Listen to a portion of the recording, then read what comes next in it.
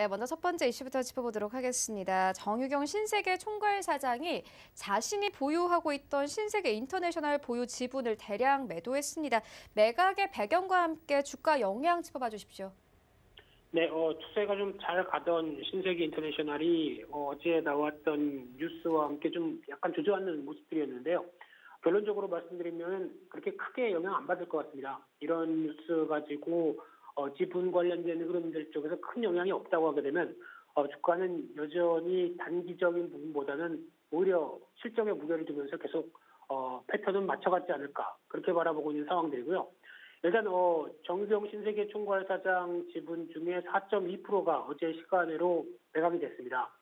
특히 이분은 과거에 신세계그룹 명예회장의 따님이시죠. 그리고 남편분도 임원으로 알고 있는 상황들인데, 근데 작년에 4월 달에 부친이 150만 주를 증여를 했고요.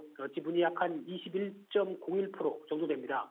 그러다 보니까 기존에 갖고 있던 지분과 합치게 되면은 총괄사장의 지분이 한 21.44%까지 이어졌던 부분들인데, 그러다 보니까 이제 증여를 받고 금수저시죠. 네, 그래서 돈이 지분과 함께 어느 정도 영향력을 확대하는 건 좋은데 중요한 거는 어떤 증여를 받게 되면은 증여세를 내야 되겠죠. 그에 따라서 나올 수 있는 부분들, 그러니까 즉 쉽게 얘기하면은 세금을 낸다라는 관점 쪽에서 봤을 때 매도가 나오지 않았느냐. 그래서 그에 대한 재원을 마련하기 위해서 블록딜 매각이 된 게 아니냐라고 시장은 바라보고 있는 상황들이고요. 그렇게 되면은 지분을 매도했을 때 나올 수 있는 위험들, 특히 대표적으로 어떤 지배구조에 관련된 여러 가지 변화가 나올 것이냐, 이 부분이 가장 큰 핵심인데, 특히 신세계 인터내셔널 관련된 지분을 보게 되면은 특히 정 총괄사장의 지분이 그러면 19.34%에서 15.14%, 그러니까 즉 기존부터도 계속 꾸준히 약간 줄여오다가 이번에 어느 정도 마무리가 되는 측면 쪽에서 한꺼번에 정리하지 않았을까라고 하게 되면 약 한 15% 지분 정도로 2대 주주는 유지를 하고 있고요. 게다가 신세계가 45.7%의 지분을 갖고 있다라고 하게 되면 그 부분을 합쳤을 때만 본다고 하더라도 거의 70% 가까운 지분을 갖고 있는 상황들인데, 회사의 경영권과 회사의 지위 그리고 어떤 대주주 위치에 대한 여러 가지 변화들은 변한 게 없습니다. 그런 상황이라고 보게 되면은 아무래도 지금 영향권들은 그렇게 크게 나타나지 않는다고 봐야 될 것 같고요. 오히려 어떤 투명하게 주식을 팔아서 세금 낼 거 내겠다라고 하는 투명 경영에 대한 의지가 돋보인다라고 하게 되면 오히려 이 부분이 더 박수 쳐줄 일이 아닐까 생각은 들고 있고요. 하지만 정확하게 회사가 용도에 대해서 얘기를 하지 않았던 만큼 그 부분만 확인되게 되면은 회사 이미지나 관련된 부분들 쪽에서는 그렇게 나쁘지 않다라고 봐야 될 상황이라고 생각되고 있고요.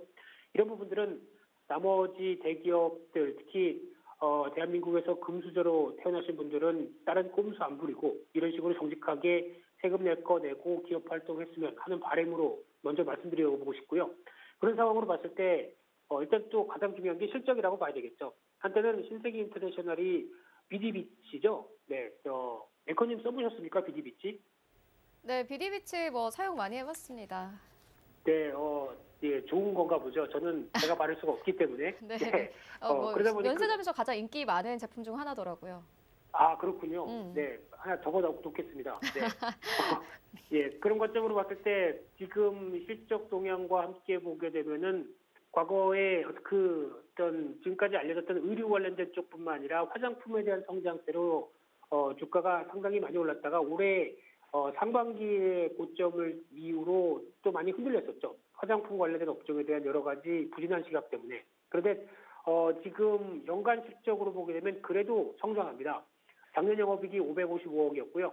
올해 한 860억 정도로 늘어날 것이다라고 하게 되면 의외로 성장폭이 크죠. 그리고 내년도 1,060억대까지 늘어날 것이다라고 하게 되면 기업이 과거의 패션 쪽에서 화장품 쪽으로 완전히 변했다고 밖에 볼 수 없는 상황들로 봐야 될 것 같고요. 또 하나 화장품 관련된 쪽에 여러 가지 시각을 봤었을 때 최근 나오는 지표들을 보게 되면 상당히 고무적입니다. 어느 정도 어떤 우려감을 많이 떨어냈다라고 볼 수 있는 상황들인데, 대표적으로 중국 방문객뿐만 아니라 수출 동향들로 봤었을 때도 한때 중국으로 들어가는 수출의 창구였던 홍콩 쪽이 약간 부진해서 우려감이 좀 있지 않았을까 싶었는데 이번에 발표된 11월 달, 12월 달 초까지 나온 수출 동향을 보게 되면 홍콩 쪽이 다시 두 자리 숫자적으로 늘어가기 시작합니다. 그러면은 수출 동향들도 지금 양호한 모습들, 특히 일본 같은 경우도 여러 가지 얘기가 지금 부진한 관계가 있다고 하더라도 일본마저도 수출이 증가세로 돌아가기 시작한다라고 하게 되면 화장품 수출 쪽으로 봤었을 때 모멘텀이 충분합니다. 그렇기 때문에 제가 보기에는 화장품 관련된 업종에 투자하시는 분들은 지금 그렇게 크게 부담 갖지 않으셔도 된다. 저점 매수 시각 가져도 된다라고 바라보고 있고요. 마찬가지로 신세계 인터내셔널도 그런 기조로 봤었을 때 지금 추세는 블록딜의 여파 쪽으로 뭐 하루 이틀 정도는 영향을 받을 수 있겠지만은 여전히 추세는 유지가 되면서 계속 지난 낙폭 과대였던 부분들을 회복할 가능성이 높다라는 데 무게를 두고 대응하는 게 좋겠다 이렇게 말씀드리겠습니다.